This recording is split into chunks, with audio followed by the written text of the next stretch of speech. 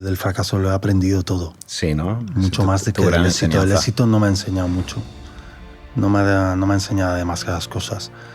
Me ha enseñado todo el fracaso. De hecho, fracasar es lo que me ha llevado al éxito. La competición te cambia mucho. Porque hay un objetivo que es ganar. Tuve una especie, entre comillas, de depresión, porque yo estaba preparado para lo que estaba preparado, que era para jugar al fútbol y enfrentarme cada fin de semana o cada entrenamiento a ese estrés que necesitaba yo mismo, que quería yo mismo. Me gustaba mucho, además, el fútbol, ¿no? Entonces, cuando lo dejas es bastante complicado, es muy difícil. Y bueno, mentalmente lo pasé bastante mal durante bastante tiempo. Ir al médico. Yo no sabía ir al médico. Yo pasé de ir al médico como con mis padres a ir con el Real Madrid o con el Español o con la Roma, que me hacían todo. Es que era algo, ya te digo, surrealista. Dejas de jugar al fútbol, yo no sabía coger la vez en el médico. Mi carácter se fue haciendo. Yo de joven no era nada así. ¿Sí, no? No, para nada. Era muy competitivo, ¿eh? Eso sí. Y me picaba mucho cuando perdía y mi hermano no me podía ganar en nada. Con ese carácter que tenía, al final te van haciendo daño. Entonces, todo ese daño que llevaba adentro me hizo ser como era en el campo. Sí, es que es verdad, porque yo soy muy exigente, como lo fui conmigo mismo. Mi padre fue muy exigente conmigo mismo y me digo muchas veces, joder, salió bien. Pero lo que acabas de decir hace un rato es que no todos somos iguales. Una de las cosas que me cambió cuando dejé el fútbol fue que no me entendía. Mentalmente me estaba costando mucho. Entonces me apunté a me gustó tanto, me ayudó tanto a entenderme mentalmente y en qué posición estaba y lo que era antes y lo que soy ahora, que empecé a estudiar mucho y empecé a leer muchísimos libros. Todos tenemos talento, hay que saber en qué tenemos talento y buscar dónde está tu talento, pero todos tenemos algún tipo de talento y luego hay que trabajarlo. Hoy en nuestro júbilo nos visita Iván Helguera. Es futbolista internacional con España, con una larga carrera con clubes como el Real Madrid, el Valencia Club de Fútbol o el Español. No venimos a hablar solo de títulos, de entrenamientos. Hoy miramos el otro lado, la presión, la retirada y una nueva vida con retos estimulantes y como padre de deportistas que también buscan cumplir sus sueños. Vamos a conocer al ser humano que se esconde tras la figura de Helguera. Iván, bienvenido. ¿Qué tal, Antonio?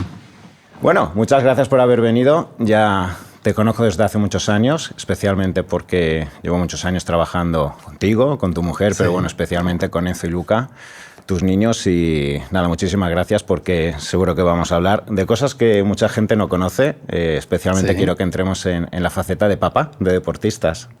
Que no es fácil, no es nada fácil. Pero sí, hace mucho tiempo que nos conocemos, fue por medio de mis hijos, que siempre estaba buscando. A mí me gusta mucho siempre buscar un poquito lo que es la mente, lo que es el cuerpo humano, y bueno, contigo siempre hemos estado muy contentos y bueno, es un placer estar contigo aquí ahora mismo. Mira, Iván, quería preguntarte, quería que empecemos el podcast por algo que justo lo estábamos hablando y que creo que ha cambiado, pero que es algo que se habla mucho acerca de la salud mental o los problemas a los que se enfrenta en muchas ocasiones el deportista cuando se retira. Yo creo que ahora no es lo mismo y justo lo estábamos hablando porque ahora hay muchas oportunidades para el deportista cuando se retira de seguir un poco en el foco, pero ¿cómo lo viviste en tu caso, que además fue una retirada joven, no sé, con 32, 33 años? ¿Cómo viviste? Hemos vivido casos de deportistas que se han retirado y pues en pocos años han engordado, han entrado en drogas, han fracasado económicamente. En tu caso, ¿tú cómo viviste esto? Bueno, yo al principio bien, porque la verdad que cuando acabé en el Valencia mentalmente no acabé del todo bien. Y encima físicamente pues tampoco, ¿no? Sobre todo por lo que estamos hablando, los cuidados de antes no son los cuidados de ahora. Ha evolucionado muchísimo el fútbol, sobre todo físicamente para el jugador, mentalmente y creo que en nutrición, que es muy importante. En nuestra época quizá no se trabajaba tanto, pero cuando dejé el fútbol sí que sufrí muchísimo más o menos a los 2 años. tuve una especie, entre comillas, de depresión, porque yo estaba preparado para lo que estaba preparado, que era para jugar al fútbol y enfrentarme cada fin de semana o cada entrenamiento a ese estrés que necesitaba yo mismo, que quería yo mismo. Me gustaba mucho, además, el fútbol, ¿no? Entonces, cuando lo dejas es bastante complicado, es muy difícil y, bueno, mentalmente lo pasé bastante mal durante bastante tiempo. Y en tu caso, bueno, en particular, no conocía esto, que a los 2 años sufriste, que, bueno, ¿cómo lo afrontaste? ¿Qué camino seguiste para tirar hacia adelante? Pues tenía pocas armas, porque nadie te enseña a cómo convivir con ese sufrimiento, ¿no? Entonces intenté involucrarme de nuevo en el fútbol. Hice televisión como periodista, hice otra vez también radio durante 9 años, televisión hice durante 4 más o menos, y poco a poco lo iba superando, además de tener unos hijos que también eran deportistas, y me involucré mucho con mis hijos. Y eso me hacía olvidar un poco aquello que tuve. Pero también necesitaba preparación física. Creo que la preparación física tampoco estaba preparada para no hacer fútbol. Claro, es verdad que tenía amigos que hacían bicicleta, pero bueno, sí que me gustaba, pero no era lo que me llenaba. Entonces empecé a correr muchísimo, me hice 4 medias maratones, 2 maratones. Quizá no era lo que mejor me venía, pero me olvidaba de todo. ¿Llegaste a hacer medias? ¿Llegaste a hacer media maratón? Sí, Pues sí, hice una además en el desierto que fue súper bonita. Fui ahí con los saharauis a vivir con ellos. Fue un ambiente muy difícil, muy complicado, pero me ayudó mucho a pensar y... ¿Pero hiciste la media en el Sáhara? Sí, en el desierto. ¿Y te fuiste días previos a prepararte? Fui 4 días antes. Me preparé aquí y fuimos allí. Con un médico que ayudaba mucho a la gente allí, a los niños, y la verdad que ver todo aquello y cómo vivían aquella época me hizo sentir un privilegiado, ¿no? Entonces cambié un poquito el chip. Me preparé mejor físicamente, empecé a hacer cosas que me gustaban más y como aquella pequeña depresión que tuve al dejar el fútbol, como que se me iba yendo, ¿no? Y luego pues mi familia, que me llenaba mucho y eso para mí fue muy importante, y mis hijos que jugaban al tenis y también me llenaba mucho. Fíjate, bueno, hablando de salud mental, y yo creo que, como tú bien dices, el futbolista empieza con 18, 19, 20, 21 años, pues ya el profesional, ya a emerger, y fíjate ahora mismo en redes sociales, a ser en cierto modo pues un dios del Olimpo, llenando estadios, etcétera. Recuerdo una vez hablando con Mista, te acordarás, el jugador de fútbol del Valencia, pues que él me comentaba que claro, en realidad se vive en un sueño y como en un universo paralelo mientras uno es futbolista, pero que cuando se retira eso mismo, nadie te ha enseñado a pasar al anonimato y nadie te ha enseñado incluso a aprender o a prepararte con qué hacer con tu vida. Sí, además date cuenta que nosotros cuando yo jugaba en el Real Madrid, prácticamente en muchos restaurantes no pagabas. Cuando ibas a cualquier sitio, te regalaban cosas. En tu casa te llegaban cosas de 1000 sitios, ibas a cualquier sitio, te lo regalaban. Es que no tenías ni que saltar muchas veces ni la cartera, ¿no? Entonces, claro, esa vida es surrealista, no existe. Entonces, al día siguiente que dejas de jugar en el Real Madrid, ya pagas en los restaurantes. O sea, día siguiente. Y es que es así. Y dices, joder, pues tampoco es que pobrecito, ¿no? Pero claro, te han metido en una burbuja bastante complicada que luego no sabes salir de ahí. Yo no sabía coger aviones. Después de jugar al fútbol, que cogía avión cada semana 2 veces, no sabía coger un avión, un billete de avión, porque me lo hacían todo. Claro, pero perdona, Iván, esto me recuerda al documental de Víctor Valdés, cuando habla creo que se va a Alemania para intentar recuperarse de la lesión que tuvo, pues que fue en su último año de Barcelona, que creo que tenía que coger para ir a la consulta diaria los primeros días de rehabilitación y no sabía coger con las monedas el billete. Claro. Dice, ostras, pero ¿qué vale esta moneda? Yo no sabía. Y ir al médico. Yo no sabía ir al médico. Yo pasé de ir al médico como con mis padres a ir con el Real Madrid o con el Español o con la Roma, que me hacían todo. Es que era algo, ya te digo, surrealista. Dejas de jugar al fútbol, yo no sabía coger la vez en el médico. No tenía ni idea. No sabía cómo comportarme por teléfono con alguien que te está llamando para, oye, la luz estás pagando más o menos. Te quiero decir, es que no tengo ni idea si estoy pagando más o menos, ¿sabes? Y no sabes hacer tantas cosas cotidianas que hace la gente de la calle que acabas siendo un shock todo. Es una nueva vida totalmente y no sabes hacer prácticamente nada de las cosas, de lo que hace la gente normal. Claro, fíjate, en este sentido, bueno, yo... Fíjate, incluso me pongo en primera persona en ocasiones y bueno, en muchas ocasiones yo mismo me identifico con mi propio personaje, que también divulgo en redes sociales, que al final la gente pues me conoce como Dr. Antonio Hernández y yo pierdo en ocasiones la perspectiva conmigo mismo, pero lo veo en actores, en futbolistas, en famosos de cualquier tipo de índole. Y claro que creo que en muchas ocasiones, muchas carreras se pueden alargar, sean deportivas o pueden ser un actor, etcétera. Sí.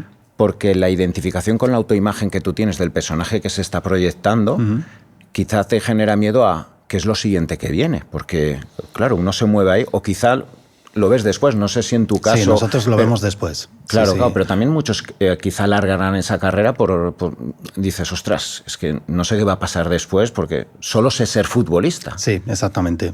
Bueno, no sé si muchos alargan, yo creo, la carrera porque... No solo lo que estás diciendo tú, porque yo solo sé ser futbolista, es que todavía la energía y las ganas y la actitud la tienen. Pero con el tiempo es bastante complicado. Bueno, es como hacerse mayor, prácticamente, ¿no? Hay muchas veces que quieres hacer cosas que yo tengo 50 ahora, que con 30 años quieres hacer y no es lo mismo, ¿no? Pues es un poco lo mismo. Yo veo a Modric, por ejemplo, y es que tiene la misma ilusión con 40 años que cuando tenía 28. A mí no me pasaba. Yo he ido pasando por ciertas cosas que me iban desgastando mucho más y al final dejas de luchar y dices, bueno, hasta aquí he llegado, ¿no? Yo con 40 años no me veía jugando, me veía haciendo otras cosas. No quizá la que estaba haciendo yo ahora, pero sí entrenando, por ejemplo, que luego me he dado cuenta que pues quizá no es lo que me gusta hacer. Pero poco a poco en la vida te va llevando, haciendo cosas dependiendo de lo que te vaya pasando, ¿no? Y después del fútbol, a mí, ya te digo, me generó momentos bastante difíciles, tristes y con mucho estrés. Yo tenía muchísimo estrés después del fútbol, por lo que estamos hablando, porque no sabía qué hacer realmente. Fíjate, has hablado de Modric ahora y mira, quería que me dijeras un poco, tú has vivido como profesional pues hasta hace 20 años, hace 16, te retiraste en el 2008, 2008. 2008. ¿Qué piensas que ha cambiado? Ya no solo en el fútbol, pero en el fútbol es muy claro cómo están llegando muchos jugadores hasta los 40 años. Pues Raúl Albiol acaba de fichar por el Pisa, Ibrahimovic estuvo también en el Milán hasta 41 años. Un cambio realmente. O sea, el ser humano no ha cambiado en 20 años, lo que han cambiado es externamente, pero llama claramente la atención. También hablábamos de LeBron James, como 41 años, sigue en la NBA. Si tú comparas lo que era tu generación, ¿qué es lo que piensas que ha trascendido para que ahora se alarguen 7, 8 años las carreras? Todo. Ha cambiado todo. Mira, yo tenía muchas alergias cuando jugaba. A las gramíneas, que era el césped, al olivo, a millones de cosas. Pues yo hasta que acabé mi carrera futbolista nunca ni me vacuné, ni hice absolutamente nada. Pues ahora ya cualquiera sabe lo que tiene que hacer. Nutrición, todos. O sea, prácticamente todos. Nosotros podíamos comer todo. Preparación física, ya no solo el club, sino que los propios jugadores tienen un preparador físico fuera del entorno equipo. O sea, es que ha cambiado prácticamente todo. Saben cuándo pueden salir o hacer algo. Cualquier cosa la tienen mucho más medida. En nuestra época no. O sea, tú, realmente en vuestra época, o sea, incluso estando en el Real Madrid, el control... Nada, cero. Carbohidratos, consumo previo, posterior al entrenamiento, aminoácidos, creatina... Ni individualmente sabíamos lo que tenemos que hacer y era todo colectivo. Oye, esto creemos que vale para todos, tenemos que... Es verdad que teníamos buffet y cada uno comía lo que tenía que comer, pero siempre había lo mismo. Pasta, pollo y algo de pescado y arroz, poco más, y verduras, no había más. Ahora cada uno sabe lo que le viene bien, lo que tiene que comer, saben bastante más de todo. Entonces yo creo que es primordial para un deportista eso. Lo ves en lo que acabas de hablar de LeBron James. LeBron sabe prácticamente lo que tiene que hacer en todo momento. Pero al dedillo, lo que tiene que sus dormir, cocineros, todo. Lo que tiene que tomar, su masa muscular, sus cocineros, exactamente, su nutricionista. Además le ves cómo a sus hijos les dice lo que tienen que hacer. Es que ha cambiado prácticamente todo. Ya te digo que yo no sabía muchas de todas estas cosas que deberíamos de saber como profesionales. Y hoy en día el futbolista, cualquier deportista sabe lo que tiene que hacer. Claro, fíjate, lo has dicho bien claro y tú lo vives además con tus niños que desde los 12, 13 años ya están llevando su suplementación, todo lo que tienen que tomar días previos, la noche de antes de un partido, etcétera. Tú mismo en consulta alguna vez me has dicho, joder, si hubiera tenido esto yo habría llegado a los 40 o casi que me meto otra vez. Exactamente. Claro, ¿crees que aunque existan los medios, quizá, y esto ya para todos los deportistas que nos ven y chavales que con 22, 23 años, al final el ímpetu te puede, y es verdad que uno puede hacer barbaridades y el organismo responde. Hasta puede salir de fiesta y al día siguiente dices, es que he marcado 2 goles. Entonces, claro, yo he trabajado con futbolistas o deportistas que me han venido con 30 y tantos, ¡pum!, y otra vez han vuelto a rebotar, simplemente porque has sabido lo que comer. También eres consciente, la madurez te permite saber cuándo salir de fiesta o dejar de salir, cómo hacer las cosas, y tienes una segunda juventud que muchas veces ha visto muchos jugadores que básicamente es porque otra vez reordenan su vida. Claro. Pero ¿crees que esto en este fútbol o en el deporte donde ahora aparecen pues, figuras emergentes como Yamil con 18 años, etcétera, aún quizá la conciencia del autocuidado no está del todo insertada en el profesional? Sí, sobre todo si eres muy joven. ¿Sabes qué pasa? Que cuando te quieres empezar a cuidar eres ya muy mayor. Claro. Entonces no se dan cuenta que con 18 años es la edad. Porque si quieres tener una carrera muy longeva, necesitas hacerlo ahora. Y eso, ¿quién te lo tiene que decir? Difícil las familias, porque tampoco lo han vivido, no saben. Entonces creo que el aspecto mentoring, creo que los exjugadores también podríamos haber hecho algo. Creo que están muy poco profesionalizados dentro de cualquier club los exjugadores. Y los exjugadores, muchos de ellos que son segundos entrenadores, yo hice un curso de coach deportivo porque me gustó mucho. Además de mentoring, que podría hacerlo, creo que un exjugador podría hacer bastantes cosas ahí. Y si está formado, como los que se han formado, que hay bastantes también, creo que puede hacer mucho. Incluso si haces cursos de nutricionistas, creo que puede ayudar muchísimo al jugador. Porque ahora es verdad que creo que muchos de ellos no se dan cuenta, como dices tú, que se puede profesionalizar mucho más y puede ser mucho mejor, tanto como futbolista, como persona incluso. Porque Totalmente. hay muchas veces que trabajan mucho las redes, que bueno, para mí es un aspecto que hay hoy en día que trabajar mucho. Y en todo momento ayudar incluso entre la unión familia-jugador o mujeres-jugador. ¿Sabes? Porque también tienen sus novias, pero toda esa gente no se da cuenta que lo primero es su profesión, porque de esa profesión va a vivir muchísimos años. Y todos esos años que van a vivir, no solo él va a vivir, puede llegar a vivir toda su familia. Ostras, de esto escuché un podcast de Cañizares, claro, es que la gente no se da cuenta que ese chaval que hasta los 19 años vivía en su casa con un jornal que entraba por parte de su padre y de su madre, milurista, de repente tiene un contrato de 300.000 euros. Y aunque suene bonito, qué orgulloso estoy de mi hijo, etcétera, hay conflictos emocionales porque de repente entran 300.000 de un crío de 18 años en casa y hay dinámicas emocionales que también le afectan al propio jugador. Porque, claro, sí. Evidentemente. Yo estoy cansado de ver muchos jugadores que juegan en equipos inferiores a los que he jugado yo, no te hablo del Real Madrid, con unos coches que sobrepasan su cuenta bancaria. Eso hay que trabajarlo. No puede ser. Lo primero es lo primero. Hay que invertir, hay que saber lo que tienes que hacer, que esa es otra cosa muy importante, saber invertir por mucho que ganes, porque el dinero se acaba y conozco muchos jugadores que han jugado conmigo y están arruinados.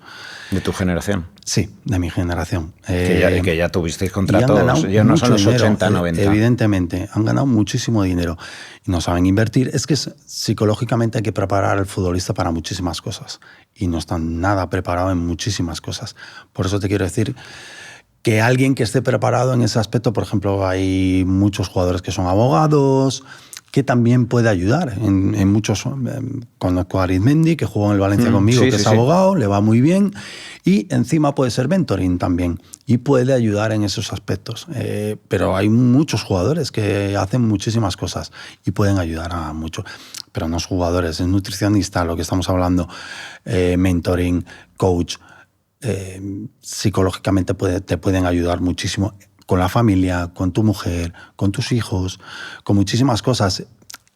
Y no hay que volver loco al jugador. Ostras, pero qué importante eso, porque fíjate, me acuerdo, vi una vez un documental de la NBA, sí, que el primer año que ya pasaban a ser profesionales con algún club, tenían como durante 8 meses asesoramiento, y una de las ramas de asesoría era la explicación dinámica de cómo van a ser la relación con las mujeres. Claro. Flipa. Es que es muy importante. Mira, en este punto te puedo hablar, yo me podía llevar mejor o peor con un compañero si las mujeres se llevaban bien. Si se llevaban mal, era imposible. Totalmente imposible. Entonces es muy importante, porque hay ciertos aspectos de la vida que tu pareja, con la que estás prácticamente siempre, te puede ayudar o no te puede ayudar. Y alguien la tiene que ayudar a que entienda ciertas cosas de lo que es un deportista. Entonces es bastante importante ese. Claro, fíjate, y hablando del exjugador, mira, yo me he encontrado con muchos casos, y esto no hace falta que sea un profesional. Lo he visto también con muchos deportistas amateurs, incluso más amateurs, cuando estás en el frenesí de la motivación, de los resultados, donde todo te va bien, evidentemente estás identificado con esa autoimagen, donde tú estás cada día llenando estadios, estás ganando títulos, o un amateur que con 41 años, por primera vez, empieza a ganar en la peña, en la quebrantahuesos con la bicicleta, y es alguien en su cabeza mental. Bien. Entonces esto es como cuando hemos leído la biografía de Kobe Bryant, que se levantaba a las 5 de la mañana y empezaba a tirar triples y empezaba a jugar, y él siempre dijo, yo jamás sentí un sentimiento de sacrificio. Claro. Porque yo estaba en coherencia constantemente. Eso es. Y es fácil estar en esa coherencia cuando tú te levantas todas las mañanas y hay algo por lo que luchar, aunque sea simplemente el contrato y el dinero que me entra cada año, llenar el estadio, el orgullo de la familia, etc. Pero claro, ¿cómo te levantas y entrenas y te mantienes en forma? Claro, o sea, es que yo he visto...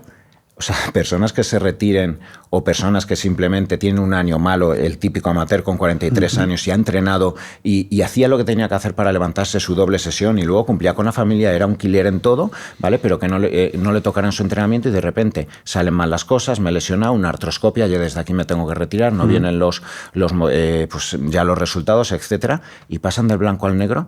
Y yo he visto personas, o sea, y deportistas que me han venido, oye, es que me tengo que cuidar, que es que pillo 18 kilos en cuestión de un año, sí, y jóvenes. Y, hostia, esto es un asunto de salud, que es que también incluso claro, se debería... Tú, mira, yo por suerte te decía, joder, tío, es que está siempre igual. Es que está siempre igual, pero... Por suerte te encontré. Claro, pero joder, o sea, pero tú ahí sí que tendrás casos de gente que es que en pocos años dices, pero sí se ha puesto 10 años encima. Sí, se dejan mucho. Sí, bueno, porque es que lo que estamos hablando es que mentalmente, de buenas a primeras, estás todo el día haciendo algo que te gusta y luego físicamente estás siempre bien y tienes todo el apoyo de un equipo, de médicos, de preparador físico. Claro, al final te dejas llevar y es muy fácil, pero luego eres tú solo, es lo que estamos hablando. Y te tienes que poner tú solo y levantarte por las mañanas y al principio dices, bueno, me voy a dejar un poquito porque ya he tenido bastante durante toda mi vida con todo lo que he tenido. Pero claro, eso el primer mes. Luego dices, voy a seguir en las mismas, ¿eh? Y al final te encuentras, te pones así, ya no es la misma persona, estás más cansado todavía, te encuentras mal, que a mí en mi momento, hasta que te encontré, me pasaba muchísimo. Sí, hasta que me acuerdo que me dijiste, joder, que es que yo empezaba a estar ahora más solitario, quedarme en casa. Sí. Y es la dinámica donde, claro, ya no entrenas, el sistema nervioso no se activa. Eso y dices, que me hago casero. Y de repente me acuerdo que dijiste, hostia, que me apetece quedar todos los días ahora con amigos otra vez. Sí, es verdad, era así. Y me cansaba mucho, iba a correr y me cansaba mucho, porque todo lo que estaba haciendo iba en contra mía. Y mi nutrición no era buena dentro de lo que yo necesitaba para hacer mi preparación física. Entonces me ayudó mucho con todo lo que hablamos y todo lo que hicimos, y a partir de ahí, nutricionalmente, gané muchísimo. Y siempre tengo energía para hacer lo que me gusta y lo que quiero. Es verdad que no te puedes pasar, hay ciertos límites, pero me encuentro muy bien, me levanto bien por las mañanas, que antes era un desastre, y ahora estoy muy bien conmigo mismo. Y eso deberían de saberlo muchas de las personas, da igual el deporte que hagas, cuando dejan el fútbol o el deporte, vamos. Fíjate, yo creo que también algo que se ha implementado muchísimo dentro del fútbol, tú ahora estos últimos años, y que claramente está consiguiendo longevidad, prevención de lesiones, recuperación muchísimo más rápida, es la fuerza. De hecho, tú ves la Constitución, o sea, mira tu generación y mira la generación ahora, Ibrahimovic, Cristiano, o sea, tíos de la Premier, o sea, que son de 1,90, que es que te pesan unos kilos. La masa muscular ha cambiado radicalmente y creo que esto ha contribuido mucho a la longevidad. Y creo que en otros deportes como la NBA, la NFL, claramente, pues claro, eso es lo que ha permitido y se ha trasladado mucho al fútbol. Yo creo que en vuestra época, trabajo táctico de campo, el aeróbico, pero no había un trabajo físico puro de fuerza como ahora está instalado. Sí, yo estoy convencido de que la fuerza es primordial, es importantísima. De hecho, yo si llego a hacer más fuerza, creo que hubiese jugado bastante más años. Pero bueno, en aquella época, como te digo, se hacía bastante poco. Era más preparación física, correr y ala. Ahora se hace muchísima más. Lo que pasa es que hay que tener cuidado con la fuerza también, ¿no? Porque hay preparadores físicos que te quieren poner demasiado. Muy tochos. Y claro, hay competición. Hay que saber cuándo llega la competición, la fuerza. Hay que tener un gran preparador físico o readaptador o lo que tú le quieras llamar para saber lo que tiene que hacer en todo momento. Y luego, cómo eres tú físicamente. Yo de patas andaba muy bien, pero de aquí para arriba era muy delgado. Yo debería haber hecho bastante más fuerza hacia arriba, ¿no? Pero en aquella época no se hacía. Hay que tener un control de la fuerza, pero evidentemente creo que es una de las... Sobre todo cuando ya tienes una edad, es muy importante hacer fuerza. Yo ahora, por ejemplo, desde que hago fuerza me lesiono bastante menos. Antes hacía media maratón, me tenía que quedar en casa 2 semanas, porque estaba destruido.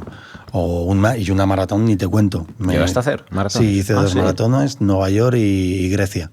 Sí, sí. Y fue fascinante, pero me costó muchísimo. Yo no estaba preparado para hacer. Es eso que hacemos los hombres de vez en cuando, que no hay un par de estos, ¿no? Pues bueno, venga, que sí. Y lo hice. A duras penas, pero la acabé. Las acabé las 2. Fue maravilloso. Pero no estaba preparado. Y yo destruía mucho el músculo al hacer eso porque no estaba preparado. No hacía pesas. Entonces ahora sí que las hago. Y ahora me lesiono mucho menos. No tiene nada que ver la preparación que tengo ahora de cómo estoy preparado mentalmente y físicamente. Sé lo que voy a hacer y estoy preparadísimo para acabarlo y hacerlo. Mira, Iván, vamos a pasar a otra parte que es esencial dentro del deportista, de la preparación, ¿no? Y del ser humano. Mira, te voy a contar una anécdota.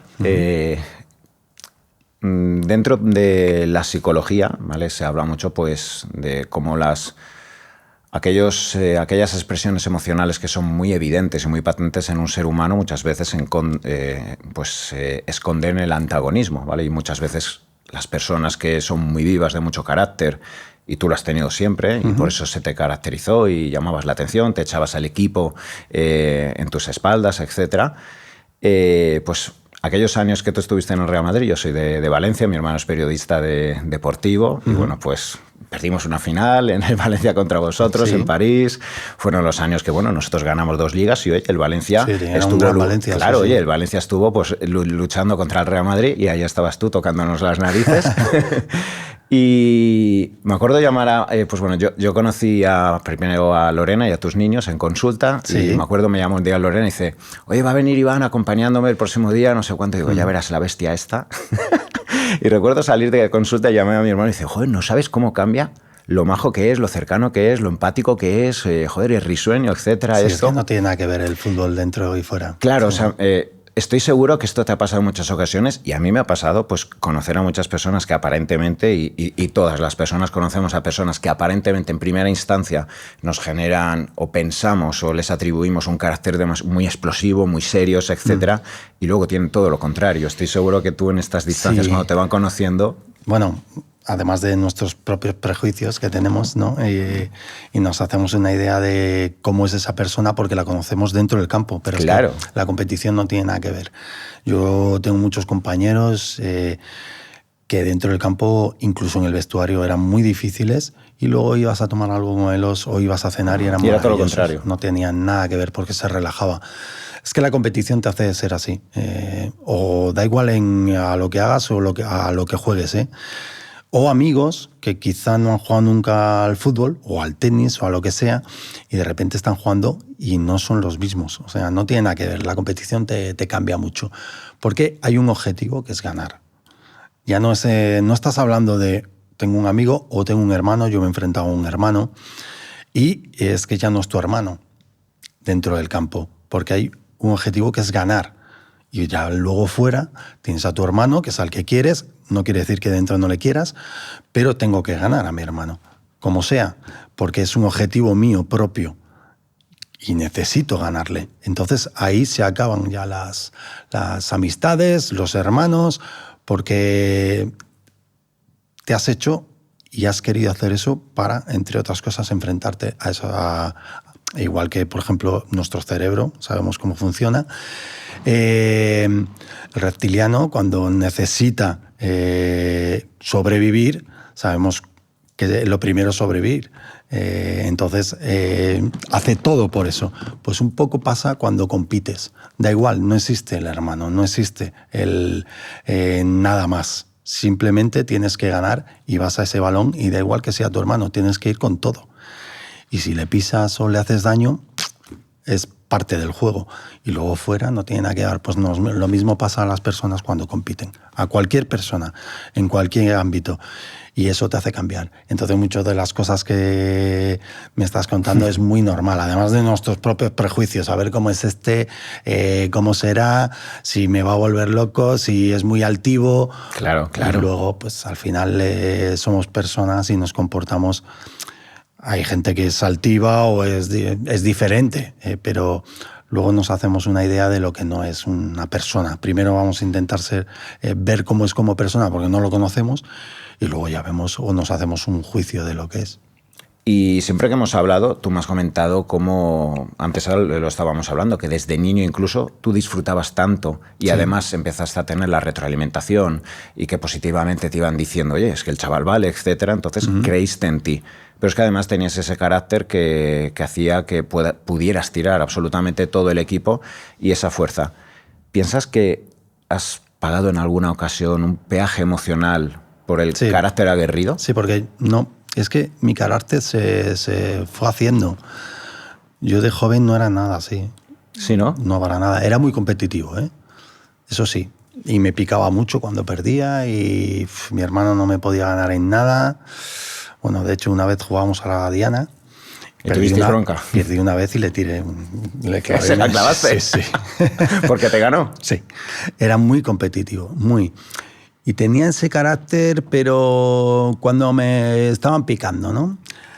Yo me fui haciendo mucho más cuando me sucedieron muchas cosas que quizá no me gustaban.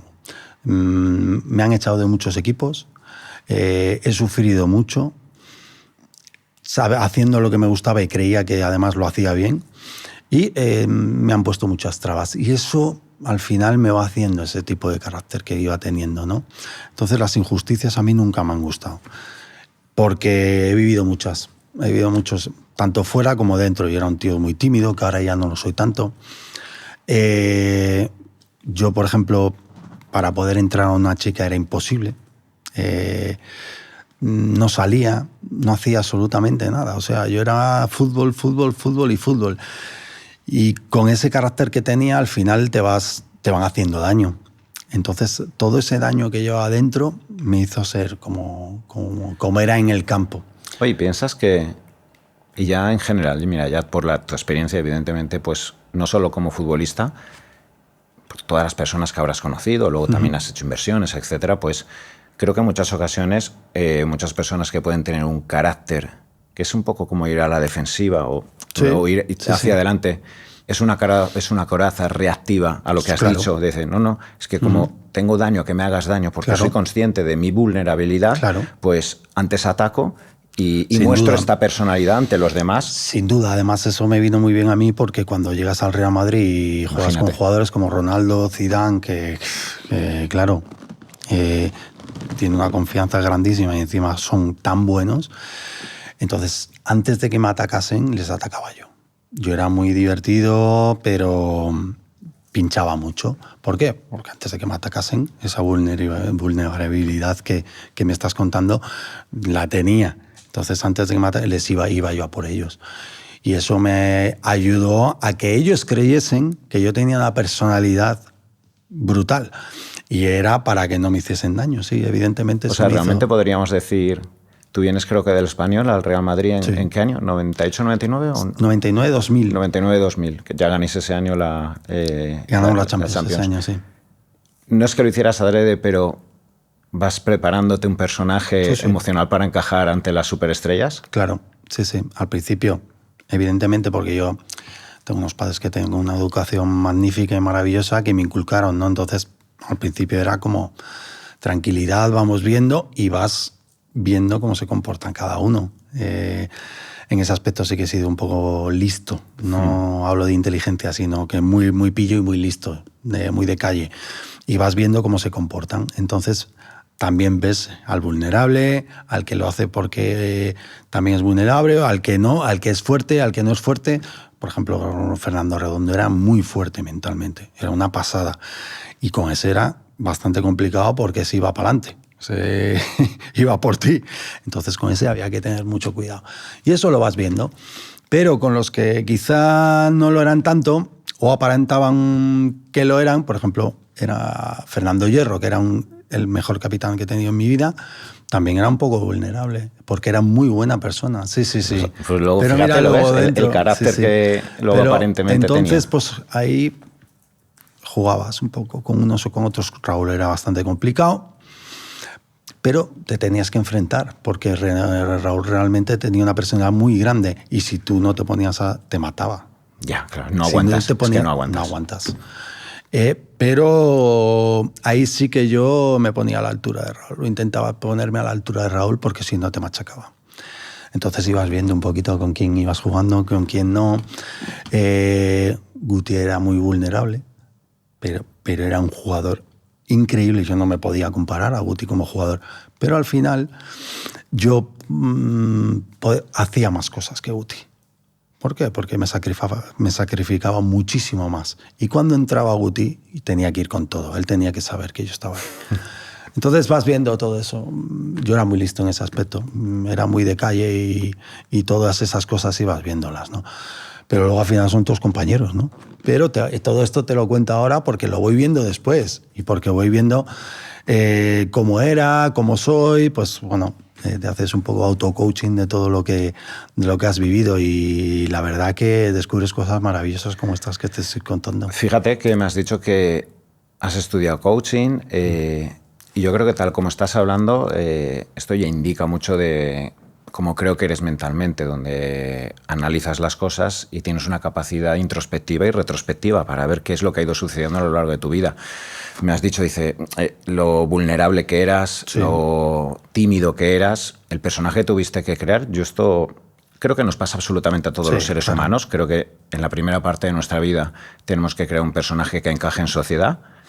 Si además triunfa, aún vas a exagerar más esa personalidad porque a los 20, 30, 35 años, evidentemente, pues aún tienes que hacer que prolifere más porque tú estás viendo que esto te genera retorno económico en la pareja, etcétera, y no puedes negar que tienes en realidad, sabes quién eres con 25 años, qué narices, no lo sabes, encajas. Y creo que esa retirada, esa vulnerabilidad, esa depresión en realidad, yo mismo lo veo en mí. Ahora ya con el paso de los años, pues creo que la vida me va obligando a retornar a mí, a hacerme cargo de cosas que tapé y no me hice cargo con 20, 25 años, cuando empecé ya a trabajar, a montar mi clínica, etcétera.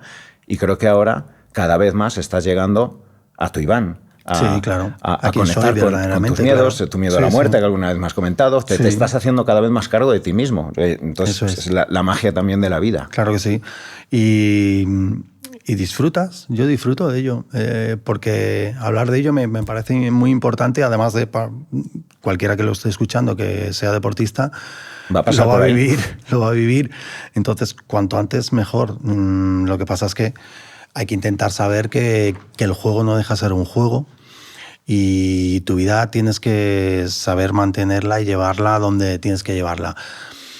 Y ahora es un buen momento para poder, todo lo que estoy viviendo y lo que he vivido, saber el por qué, porque puedo ayudar sobre todo a mis hijos, ¿no? Es verdad que hay que intentar no decirles cómo fue o cómo, pero intentar llevarles a que lo vivan de otra forma, ¿sabes? Pasamos a la sección de mitos y realidades. Aquí vamos, puedes desarrollarlo, pero bueno, no nos vamos a profundizar tanto. Mito o realidad. Los hijos deben seguir los pasos del padre. Mito. Mito. Sí, debería ser un mito, no tienen por qué. El cuerpo aguanta todo si tienes mentalidad ganadora. Totalmente de acuerdo. Sí, realidad. Desarróllamelo un poco en recuerdos que tengas o fases de decir, wow, iba todo en contra y mi mente pudo. Lo hemos hablado antes. Yo siempre he querido jugar en el Real Madrid. ¿Desde chiquito? Desde pequeñito. Desde pequeñito. Estaba obsesionado con jugar al Real Madrid. De hecho, yo estaba en la Roma y vivía en la habitación con Totti. Y no jugaba yo en la Roma, acababa de llegar ese año. Y éramos como los futuros mejores jugadores de Italia, de Roma y tal. Y le decía, no, pero tú no juegas aquí y tal. Hablábamos mucho y tal en la habitación. Y le digo, si es que yo lo que quiero realmente es jugar en el Real Madrid. Yo estoy en la Roma de paso. Ya lo tenías claro, ¿eh? Sí, sí. Y él se reía. Y cuando jugábamos Roma-Real Madrid, nos encontrábamos y me decía, qué cabrón. Lo conseguiste. Me miraba diciendo, eres un fenómeno. Siguiente mito o realidad. El cuidado fuera del campo es tan importante como el propio entrenamiento. En realidad, sí, totalmente de acuerdo. Si te hace sentir bien contigo mismo fuera del campo, estarás muy seguro de lo que haces dentro. Eterno mito o realidad, que tanto se pregunta. El talento es lo fundamental, lo crucial en una carrera deportiva. Es mito. Todos tenemos talento, hay que saber en qué tenemos talento y buscar dónde está tu talento. Pero todos tenemos algún tipo de talento y luego hay que trabajarlo. Y hay veces que incluso sin tener talento, si trabajas mucho, puedes conseguir muchas cosas. Sí, porque yo creo que, yo he visto personas en consulta decir, este tío ha nacido para ser deportista, su cuerpo está capacitado y es que haga lo que haga, es que lo ves, dices, es que ha nacido hecho un animal y haga cualquier deporte, si le pone cabeza en cualquier deporte va a triunfar. Lo que pasa es que tienes que saber lo que te gusta en realidad, porque hay gente que... Bueno, incluso hay gente que no le gusta un deporte y lo hace bien. Y lo hace bien. Y lo hace bien porque físicamente está bien, es un portento. Y dices, bueno, pues por aquí. Pero también lo hubiese sido futbolista. Claro. O sea, es algo que tiene innato, pero no todo el mundo. Pero siempre todos tenemos algún talento dentro o alguna cosa que hacemos bien. Hay que buscarla. Iván, vamos a hablar de tu paternidad. Se ha conocido durante décadas a Iván el deportista, Iván el guerrero, Iván el que ha ganado títulos, pero bueno, ahora te toca vivir y estás viviendo desde hace años la paradoja de ser padre de unos deportistas, esperemos que futuros profesionales del ATP, ya en visos de ello. Y antes hablábamos de que yo veo sus analíticas desde hace 7-8 años y tienen un talento y tienen pues, una dotación genética, porque las analíticas son increíbles. Eso es la madre. será todo de Lorena.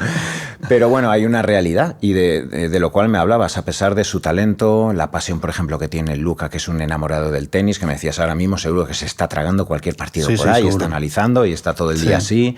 Enzo, con 16 años o 17, tiene ya... 17, pero un 88, o sea, una bestia. Pero hay unas circunstancias diferenciales, que es el contexto desde la infancia Te contaba la anécdota del otro día que vi el documental de Iniesta, como pues, su padre tuvo que sacrificarse para comprarse sus primeras Predator, la presión con la que fue al Barça, etcétera. Y esto al final pesa, sí. Cuando evidentemente vienes de un contexto donde ves además la ilusión de tu padre ante, pues oye, un poco pues, las carencias económicas, etcétera, y vivir en otra generación y viviendo, creo que en primer lugar, con la abundancia, no hay esa presión, y en segundo lugar, joder, es que mi padre ha ganado 2 Champions. Sí, parece increíble, pero para mí es uno de los hándicaps de mis hijos. Claro, lo han tenido todo. Es más, lo tienen todo ahora mismo. Si necesitan raquetas, mañana mismo. Si necesitan nutricionista, mañana mismo. Claro. Si necesitan psicólogo, mañana mismo. Entonces, pocos deportistas he conocido yo que hayan, por no decir ninguno, que hayan ido bien económicamente sus padres. Es bastante complicado. Da igual, ves el reportaje de Michael Jordan, donde vivía. Cualquier deportista de élite siempre han salido de prácticamente la nada. O sea, que se le han tenido que currar muchísimo. ¿Pensarías que es casi que una condición sine qua non que exista? Quizá ni te lo planteas, al igual que tú no te lo plantearías con 13, 14 años, pero evidentemente tú vienes de una presión, de un contexto, incluso de la paja mental de... Pues de decir, oye, yo voy a quitar a mi padre de la obra, yo voy a hacer que mi primer sueldo va a ser para que mi madre deje de trabajar, etcétera. Entonces eso te va generando un condicionamiento que hace que ni lo pienses, pero es una inercia. Sí, sin duda. Ya no solo tus padres, tú mismo. Yo no quiero vivir en estas circunstancias. Yo quiero eso que estoy viendo. Da igual el que... Cualquier jugador, a mí me gustaba Laudrup, por ejemplo, cómo jugaba. Yo quiero vivir lo que vive Laudrup y encima no pasar lo que estoy pasando yo. Yo creo que sí, es muy importante. Pero no quiere decir, porque hay jugadores de fútbol que tienen hijos que juegan al fútbol. Claro. O sea, no quiere decir que porque no lo tengas no vaya a ser.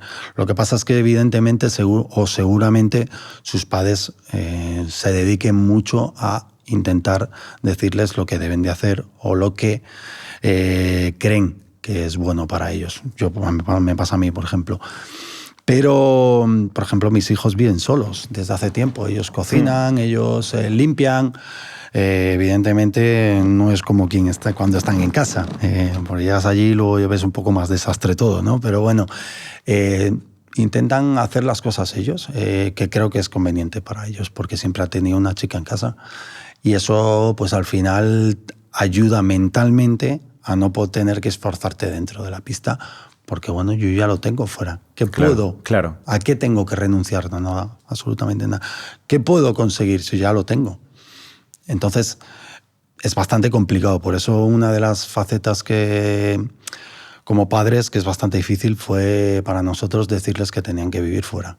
Y tenían que intentar, es verdad que cuesta un dinero, lo pagamos nosotros, pero tenían que intentar conseguir sus cosas ellos mismos. Entonces, bueno, ahora Luca pues está haciendo ciertas cosas, algún patrocinio, algunas cosas que lo está haciendo por él solo y ya se paga sus cosas. Entonces eso es importante, que nos vaya quitando a nosotros cosas, porque necesita que es algo muy importante. Para mí, mi primer sueldo fue algo maravilloso. En Albacete compartido, ¿no? Fue increíble, ¿no? Fue en el Albacete mi primero gran sueldo, que no era nada, eran 200.000 pesetas de aquella, pero era bastante dinero. Y ya cuando fui a la Roma y vi lo que me pagaban, digo, esto para mí para toda la vida, yo ya no voy a trabajar nunca más. O sea, hay que trabajar luego, ¿no? Pero era una barbaridad. Yo nunca pensaba que podía ganar eso. Entonces, ellos lo han tenido. Y cuando tienes tus primeros sueldos y ganas tu primer punto ATP y tu primer dinero, es algo, te sientes muy orgulloso y es algo muy importante. Y eso ayuda mucho a tirar hacia adelante. Y es importante para cualquier niño que sepa que hacer las cosas por uno mismo es muy importante, independientemente sea deporte o sea otra cosa.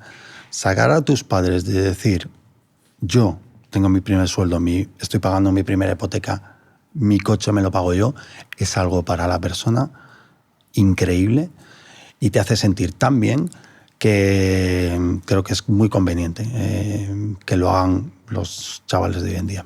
Claro, fíjate, hablando de tus hijos, que como bien dices lo han tenido todo, lo cual no quiere decir que eso sea sinónimo de que hayan sido más o menos felices, porque luego la presión puede ser mayor. No, es decir, claro. voy a ser un fracasado en comparación a mi padre y esto lo llevas ahí siempre, etcétera. Pero bueno, vivimos ahora mismo en unos tiempos donde cada vez se habla más de la fragilidad emocional y de cómo esto está afectando a la salud mental del adolescente o de la persona joven de los 20 y tantos años. Ahora prácticamente se anhela que enseguida cualquier crío con 22 años tenga una cuenta en Instagram de 1 millón de seguidores, Sí. tenga su startup, su Lamborghini, o sea, profesional del deporte, Sí. etcétera. Y creo que la tolerancia al fracaso es muchísimo menor. Y creo que evidentemente ahí hay algo inherente en la condición humana, que es todo padre se compara en cómo yo lo habría hecho si tuviera sus oportunidades, etcétera. Yo mismo lo he vivido y me he echado unas risas contigo en consulta cuando le has dicho, me cago en la leche, pero yo si hubiera tenido 2 oportunidades, me fui al Albacete, con 2 cojones me fui a la Roma, no sé qué, no sé cuántos, etcétera. Y habrás tenido tus propios trabajos de autorreflexión, decir, pero es que no son yo. Incluso también claro. creo que Sí. el asumir, pues oye, me acuerdo cuando decidimos, oye, pues vamos a buscarles un coach, y cuando le pusimos con Joan Sí. a trabajar, y es cuando uno Claro. también, creo que es la grandeza de ser padre, decir, llego hasta donde llego y no tengo por qué yo ser el pilar central que les da todas las soluciones. Claro. Sí, lo que pasa es que, bueno, ya les estoy buscando un coach, ¿sabes? Entonces, o a un nutricionista, siempre les estoy dando algo para que mejoren, y al final tienen que intentar ser ellos los que den un paso adelante y decir, pues es que tienes razón, es que ahora, por ejemplo, ellos se encuerdan en casa, pero esta ya se la he comprado yo, que vale una pasta, pero por lo menos se encuerdan en casa y es importante porque antes se la daban a alguien y bueno, tienen que intentar hacer las cosas por uno mismo. A mí lo que me preocupa de los chicos de hoy en día que es muy fácil todo, lo que estás diciendo de los Instagramers, pero es que yo también fui famoso y ya no lo soy. Claro. Y van a dejar de serlo, porque ahora es mucho más fácil simplemente con hacer un vídeo, colgarlo y no hacer poco más. Están ganando dinero y eso en la realidad no es tan fácil. Y van a dejar de ser Instagramer porque ya va a pasar. Y ahí es un problema.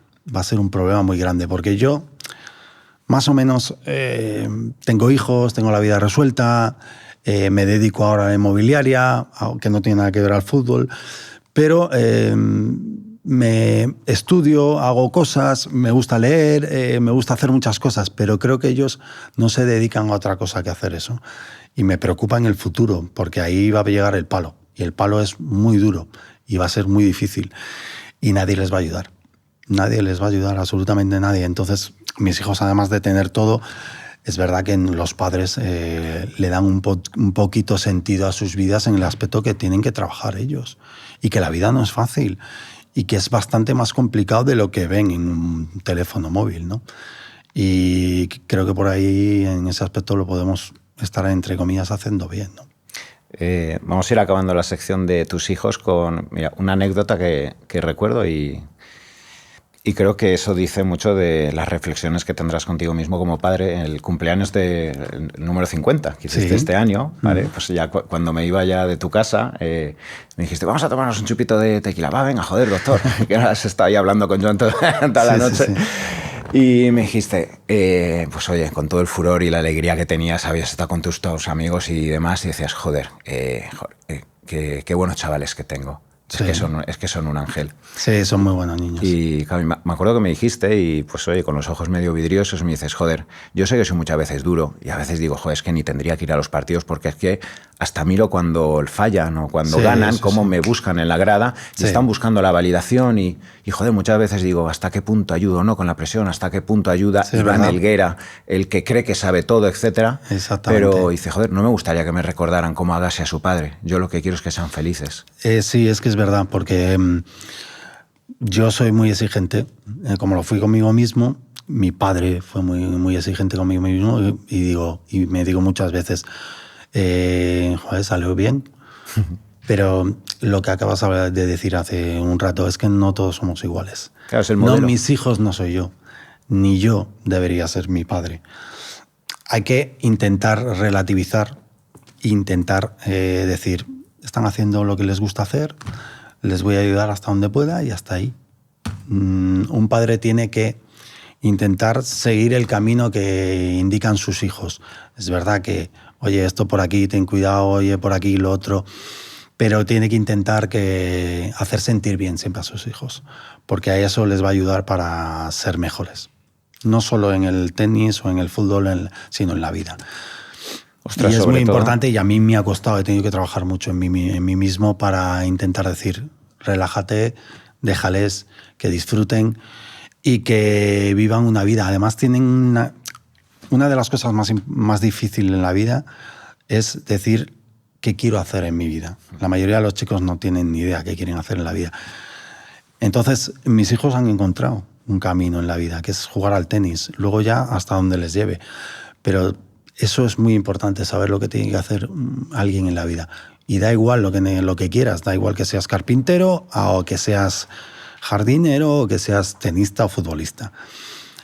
Saber lo que te llena en la vida es muy importante y hay que descubrirlo, y es muy importante desde chico.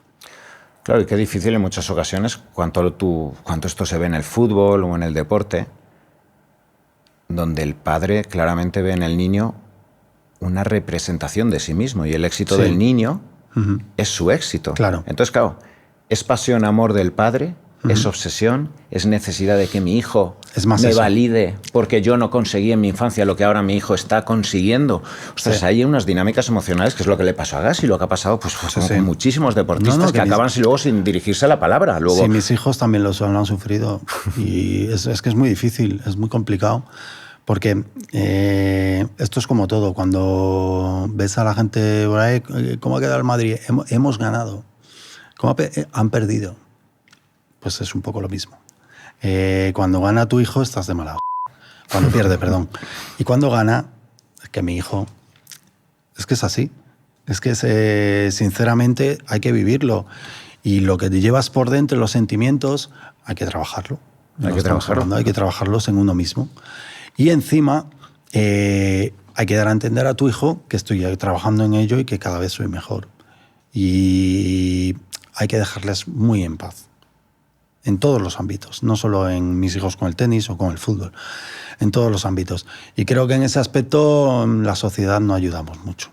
No ayudamos mucho. Fíjate, estamos hablando de un tema, creo que es crucial, que es la salud mental, la trascendencia final del ser humano, más allá del éxito profesional, económico, etc.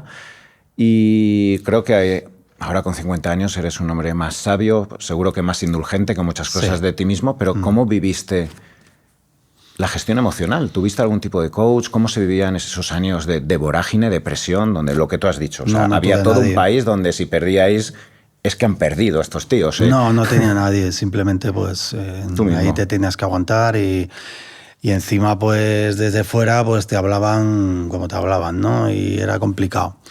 Y encima las críticas no era fácil.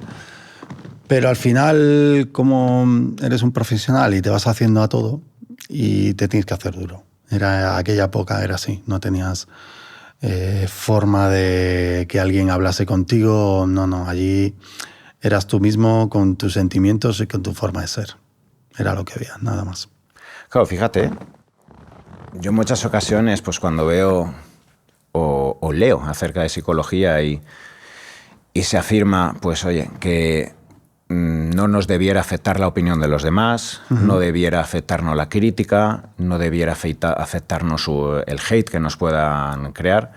Creo que repetimos constantemente el que debes fijarte en ti mismo y que no te afecte, pero quizá deberíamos antes ser lo suficientemente honestos como para decir, ¿qué cojones me afecta de narices? Sí, afecta. Me afecta, me quita el sueño, proyecto luego contra mi pareja o contra mi padre y carga él con la mierda que llevo por dentro, etc.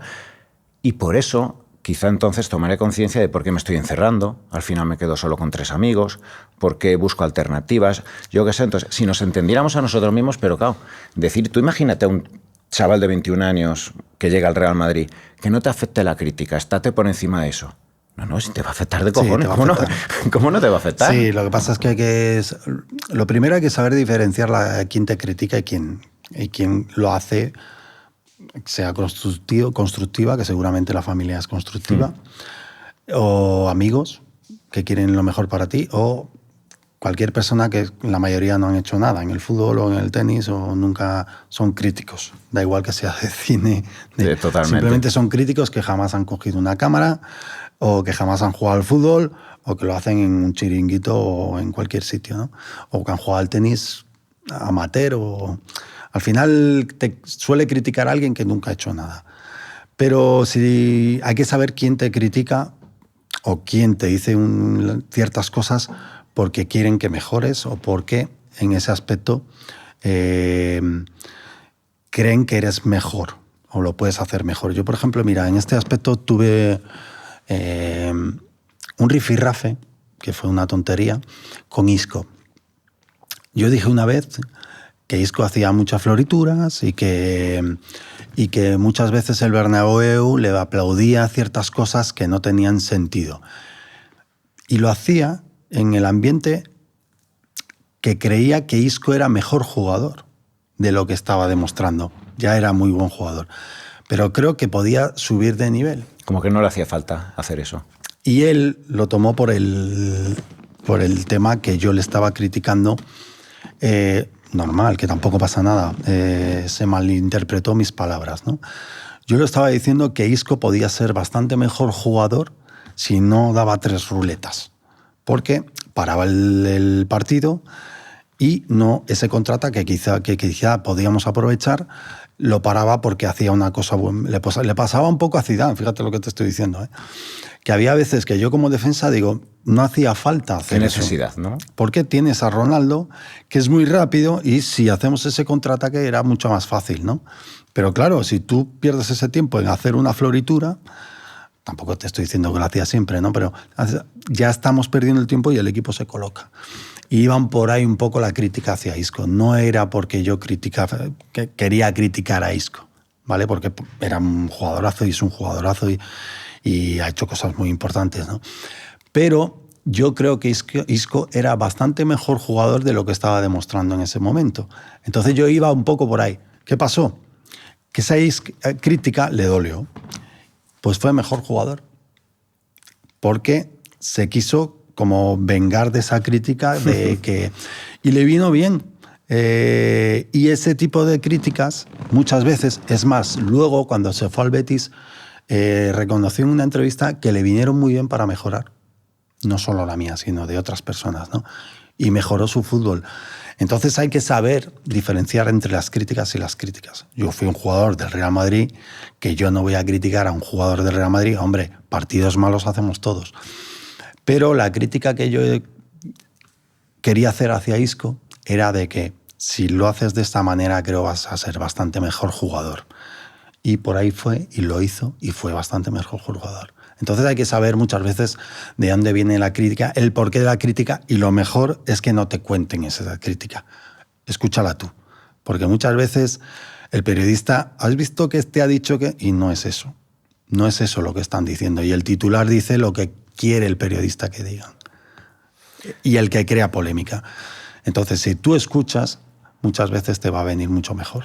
Claro, yo creo que esto es crucial y creo que la madurez emocional y profesional en cualquier carrera deportiva, profesional, un arquitecto, un médico, etcétera, viene de que vayas aprendiendo cuál es la crítica que es gratuita y va dirigida incluso a que te hagan daño, porque además claro, muchas personas saben dónde tocarte, pero que creo que también la madurez exige que te rodees de personas que aunque te toquen las narices, que justo cuando estés en lo alto sepan decirte dónde mejorar o que no estás tan alto. Esto me recuerda, creo que esto pasaba a los romanos, que cuando venían de hacer grandes conquistas y estaba todo el pueblo aplaudiéndoles, le ponían a alguien detrás que le estaba insultando al mismo tiempo para bajarle los humos. Claro, entonces yo me imagino que también habrás tenido momentos altivos que de repente, no sé, a lo mejor o tu mujer o tu padre decía, pero no te creas tanto porque... Y eso te reconduce a la normalidad y es necesario. Esto el tío de Nadal lo dice perfectamente. Es que no hay que mentir a las personas. Es que no te puedo mentir. Si has jugado mal, has jugado mal. Por mucho que hayas ganado, así... Mira, con Enzo, con el pequeño, me pasaba mucho. Él ganaba muchos torneos por aquí, por Madrid. Pero jugaba mucho a defenderse. ¿Qué pasa? Que cuando creces ya le pegan todos a la bola como nadie. Y ganó una final una vez jugando muy, muy mal. Y le dije, no me ha gustado nada. Y ganó. Y ganó. Joder, tú siempre estás igual. Yo soy exigente, lo hemos dicho antes. Yo soy muy exigente, pero también no soy tonto, sé lo que veo. Y como deportista de élite que he sido, pues más. Enzo, así no vas a ganar a nadie. Joder, tú siempre estás igual. La madre, pues un poco también, joder, déjale, acaba de ganar y tal. Pero es que no va a ganar así. Poniendo la bola, tirándola para arriba. Es que... Y ahora le cuesta más pegar a la bola, porque esos miedos de antes le están llevando a que yo gané así. Y sigo con esos miedos y esa forma de jugar y ahora ya no gano. Claro, porque en aquella época creíste que te estaba diciendo algo porque soy como soy tu padre, soy exigente. Pero yo te intento decir que como no cambies, vas a llegar a este momento. Y ahora todavía tienes tiempo para cambiar, claro que sí. Todos podemos, pero todos esos, ¿cómo se dice? Lodos, llegamos a estos fangos, o no sé muy bien, no sé cómo es el dicho este. Bueno, pues de aquellos lodos llegamos a estos fangos, o algo así se dice. Pues es que llegamos a estos resultados porque muchas veces el miedo a perder, por mucho que ganes, lo vas a llevar siempre. Y ahora le pegan como locos todos. Y ahora juegan como locos todos. Y ahora esos miedos y esa autoestima todavía la tienes ahí. Entonces quieres jugar a lo mismo de antes porque te llevo a ganar y ahora ya no te llevo a ganar. Ahora tienes que cambiar el chip. Tienes que pegar a la bola. Ahora es el momento de decir, la voy a reventar y voy a perder porque sé que voy a perder. No tengo ningún problema, pero voy a mejorar. Lo que pasa es que si sigues así, no hay forma de mejorar. Por eso te estoy diciendo que hay muchas veces hay que saber quién te critica y el por qué.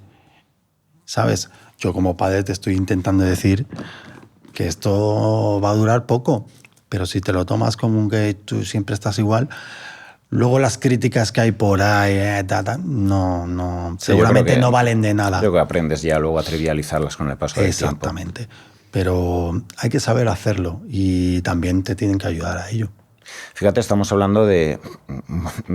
Fíjate, yo como médico cada vez me es más necesario intentar entender qué hay detrás en muchas ocasiones de la enfermedad que tiene un paciente o de los hábitos que le han conducido a que tenga esos signos clínicos, o en un deportista que esté constantemente engarrotado, que tenga lesiones, etcétera. ¿Por qué no comes bien? ¿Por qué no duermes? ¿Por qué tienes el sistema nervioso destrozado o el sistema hormonal? ¿Vale? Y quizá en muchas ocasiones están problemas emocionales, no crees en ti mismo, etcétera. Me has dicho que tú fuiste a pecho descubierto al Real Madrid y te lo comiste todo por dentro.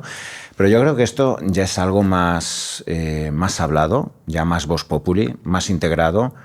Nadie se toma pues, por estar enloquecido por el hecho de necesitar ayuda profesional e ir a un coach. Creo que dentro del deporte es una faceta muy integrada. Tú mismo, pues recuerda hace 2 años cuando hablamos de esto y ahora tus 2 hijos están pues, yendo con Joan.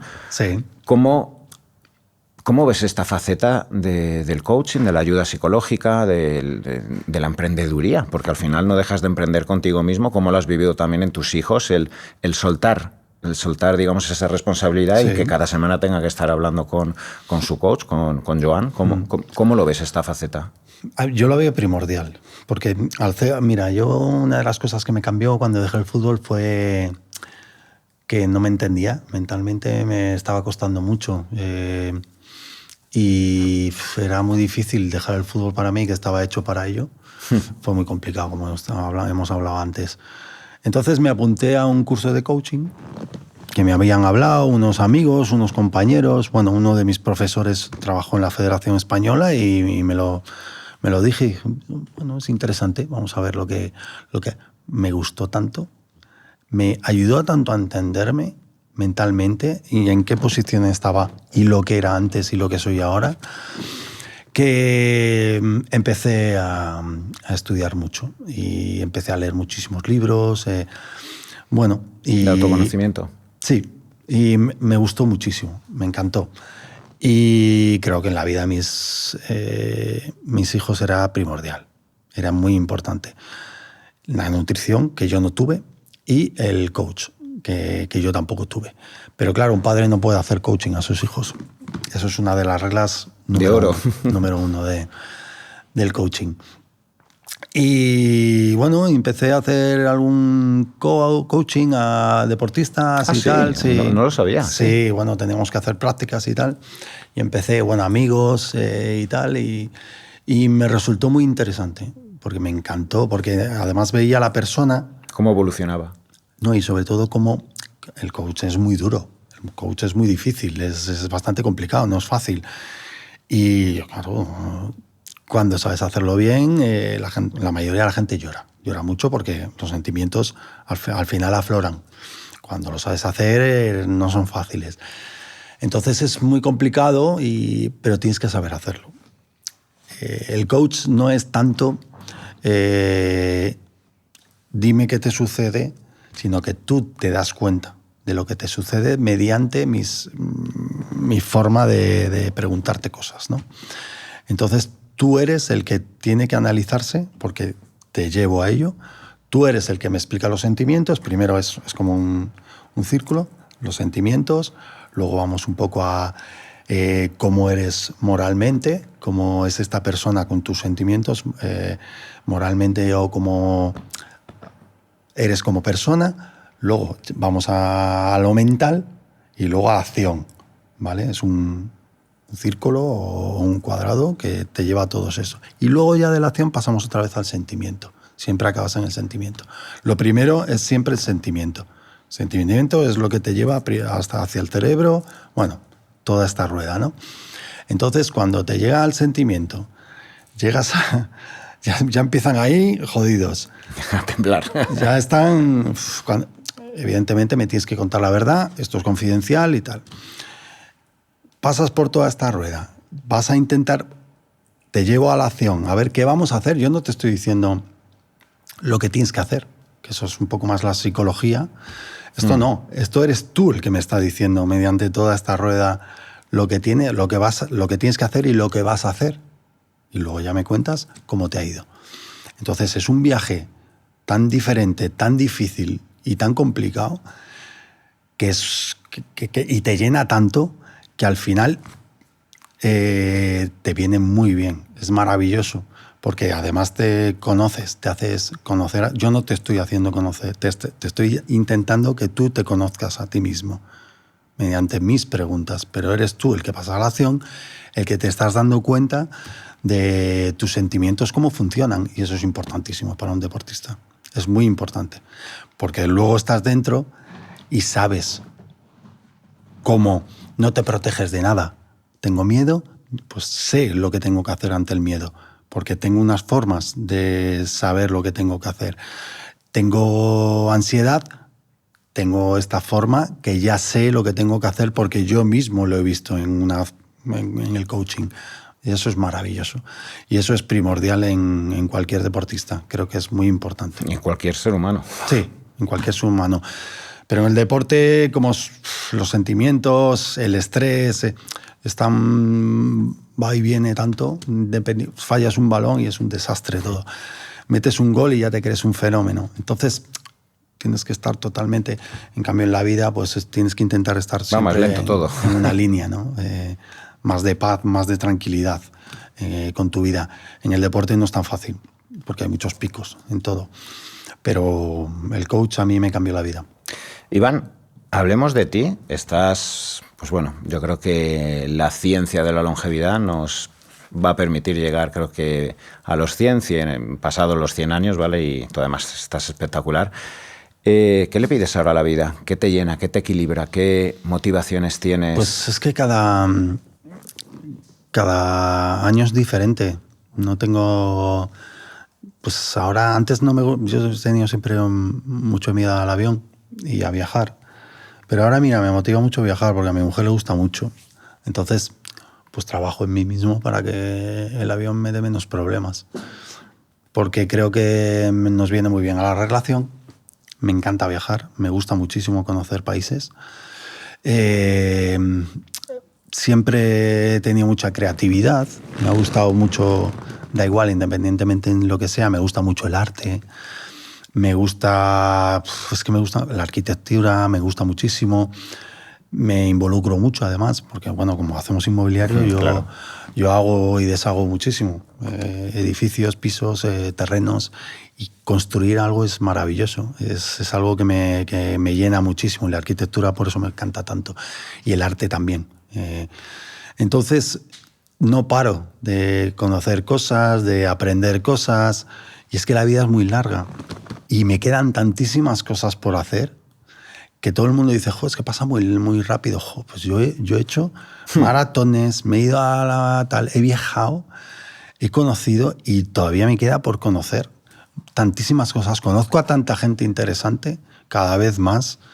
Es verdad que ahora sabes con quién no, con quién sí. Tienes la intuición de... Sí, otra intención. Y igual hay personas que dicen, jo, pues siempre intento ser agradable y simpático con todo el mundo, pero hay gente que me hace más interesante y me parece más interesante y con esas conecto mucho más. Y hay tanta gente por conocer, creo que el mundo es algo que no estamos capacitados para pensar lo bonito y lo bueno que estamos viviendo. ¿Le has perdido un poco miedo a la muerte? Sí, mucho, no un poco. Es verdad que cuando hablábamos la última vez tenía mucho miedo a la muerte. Y ya cada vez menos. Creo que ya cuando me toque, me tocará, pero creo que voy a vivir muchísimo más de lo que vivía antes. Entonces me va a ser suficiente. Probablemente integrar la muerte y aceptarla te está enseñando a vivir también, ¿no? Sí, más intenso. Sin duda, sin duda. Sí, sí, muchísimo más intenso. Antes quizá apartabas y ponías un velo, ¿no? Sí, sí, sí. Y ahora no tengo problema. Es verdad que siempre te sale algún fantasma y tal y cual, pero es como que lo dejas ir, es más rápido. Antes no, antes me quedaba mucho ahí. El enfoque mío me quedaba mucho ahí y era problemático. Entonces ahora no, ahora disfruto más de todo lo que hago. Pasemos a las preguntas rápidas. Iván, ¿eres ahora lo que soñabas ser de niño? Sí, sí, sí. Creo que sí. Yo creo que más, ¿no? Sí, sí. No, bueno, porque he tenido mis altibajos y ahora ya no juego al fútbol. Cuando era niño pensaba solo en ser lo que era en el fútbol. Ahora estoy en otra etapa. Claro. Ese niño no sabía esta etapa. Entonces he tenido que ir... Completándola. Sí. El niño de 40 años, no el niño de 12 ni del de 15, es otra persona del que era con 12. Entonces soy otra persona totalmente diferente y tengo otra etapa. Entonces el niño de 40 años sí que es ahora el que quería ser con 40 años. Con 45 no lo tenía tan claro.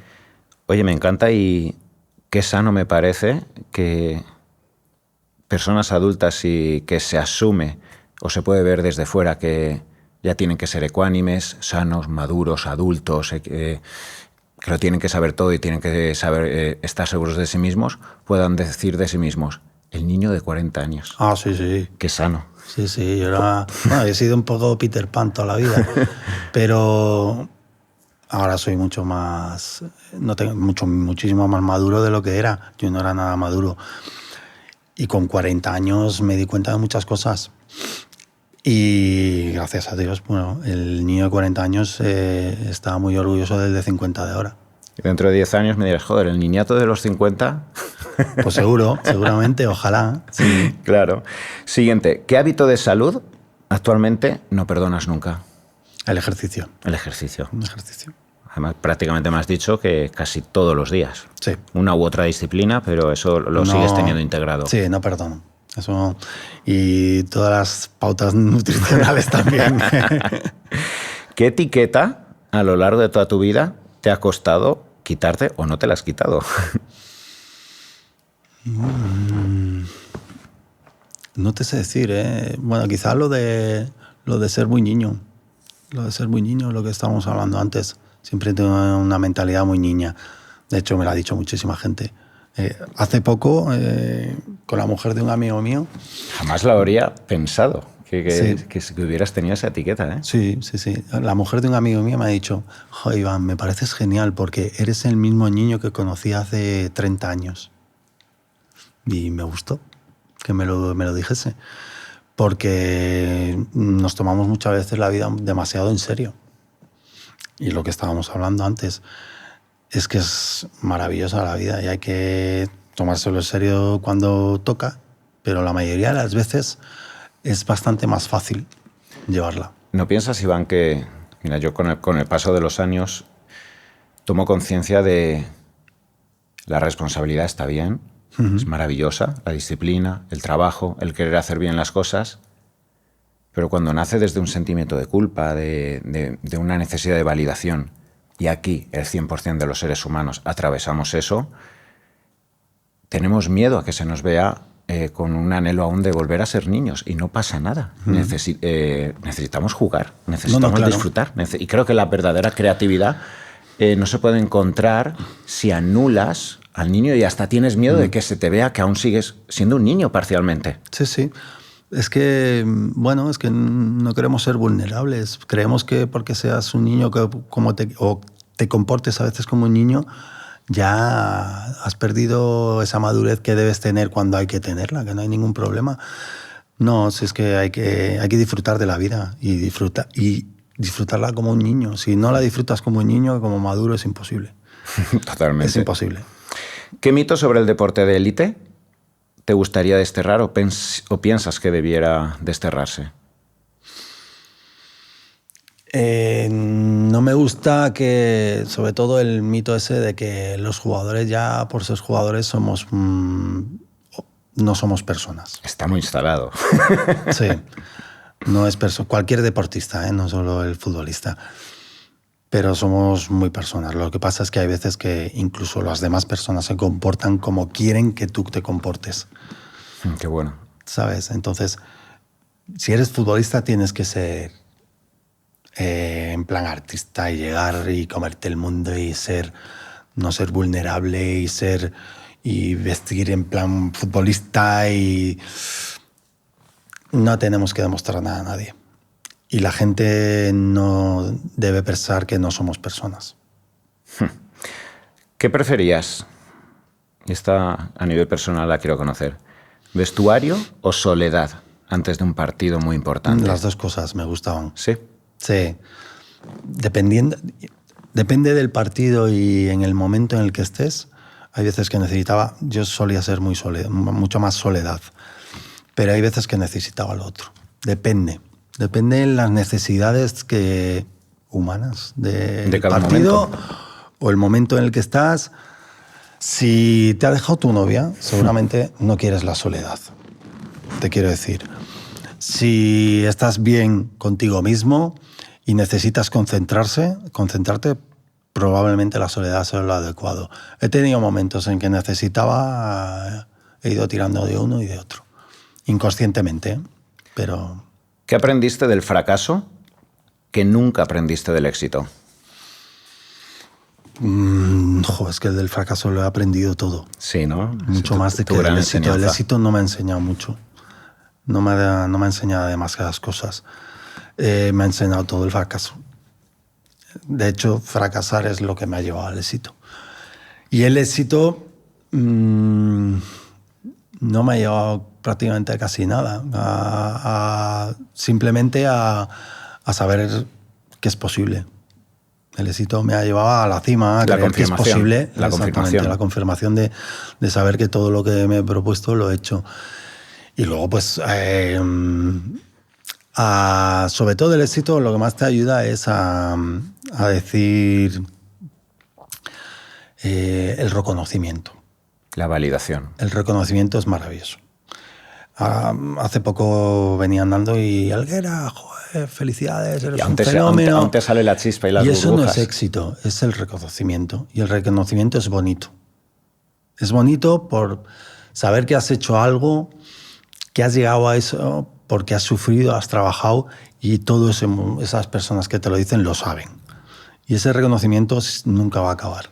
Siempre que te lo digan y te lo demuestren es maravilloso, es muy bonito. Y eso es lo que es el éxito. nada más. No es mucho tener mucho dinero, que ayuda, pero no me considero exitoso por tener más dinero. Me gusta, que evidentemente sí, también, pero lo que más te gusta del éxito es el reconocimiento, es lo más bonito. Pues Iván, finalizamos. He estado encantado de que vengas. Este podcast se llama Nuestro Júbilo porque entre todos quiero que encontremos fórmulas, herramientas a través de la experiencia, a través del conocimiento, a través de la pulcritud de médicos, de fisioterapeutas, pero también de figuras. Algunas conoceré, como es tu caso, otras no, pero a través de esa experiencia que cada uno tiene y que le conduce a su gozo, al bienestar, a la paz. Y yo creo que también a humanizar al personaje que, como bien hemos estado diciendo en muchas ocasiones, uno se identifica con el personaje, con la coraza, y creo que también nos ayuda y ayuda también a la comunidad que os vea humanizaros y que no hable solo de fútbol, de jugadas, etcétera, y que también aquí podáis verbalizar esos coaching, lo que tú has dicho, que yo en la mejor o peor posibilidad como lo puedo hacer, que os ayude a transitar y verbalizar vuestras sombras, lo que estoy muy agradecido que lo hayas hecho como lo hayas hecho y que te lleves esta entrevista en tu corazón. Pues maravilloso, porque no, además de que me ayuda a mí a contar este tipo de cosas, que muchas de las cosas que estoy contando pues tampoco las había contado mucho, ni las había contado nunca, me ayuda a mí mismo y esperemos que podamos ayudar a otras personas a ver todas estas cosas que no son fáciles, porque, como te decía antes, somos personas y llegar hasta el corazoncito de cada uno y la forma de ser de cada uno no es fácil. Pero es bonito también el recorrido y el camino es maravilloso y no hay que volverse loco, ni sufrir, ni hay que intentar disfrutarlo. Entonces yo creo que estas conversaciones vienen muy bien para muchas personas, estoy seguro. Bueno, pues para todos los que habéis estado hasta el final, espero que hayáis disfrutado tanto como yo. Las experiencias, la sabiduría que tiene Iván Helguera como exfutbolista, creo que importantísimo. Como padre, las experiencias que nos ha brindado acerca de la educación, de guiar emocionalmente a sus dos hijos que son tenistas. Y de eso trata este podcast, de toda esta sabiduría que nos va acercando al autoconocimiento, al coaching del cual ha hablado Iván, a nuestro júbilo. Y para todos aquellos que queréis estar al corriente de nuevas entrevistas, no olvidéis suscribiros a las plataformas de YouTube, de Spotify, Instagram, iVoox. Y creo que viene a colación una cita con la que me quiero despedir, y además Iván como padre creo que va a estar muy de acuerdo. Es del recordado y añorado Kobe Bryant, que afirmaba que lo más importante en la vida es inspirar para que las personas consigan grandes cosas en aquello que quieren hacer. Muchas gracias.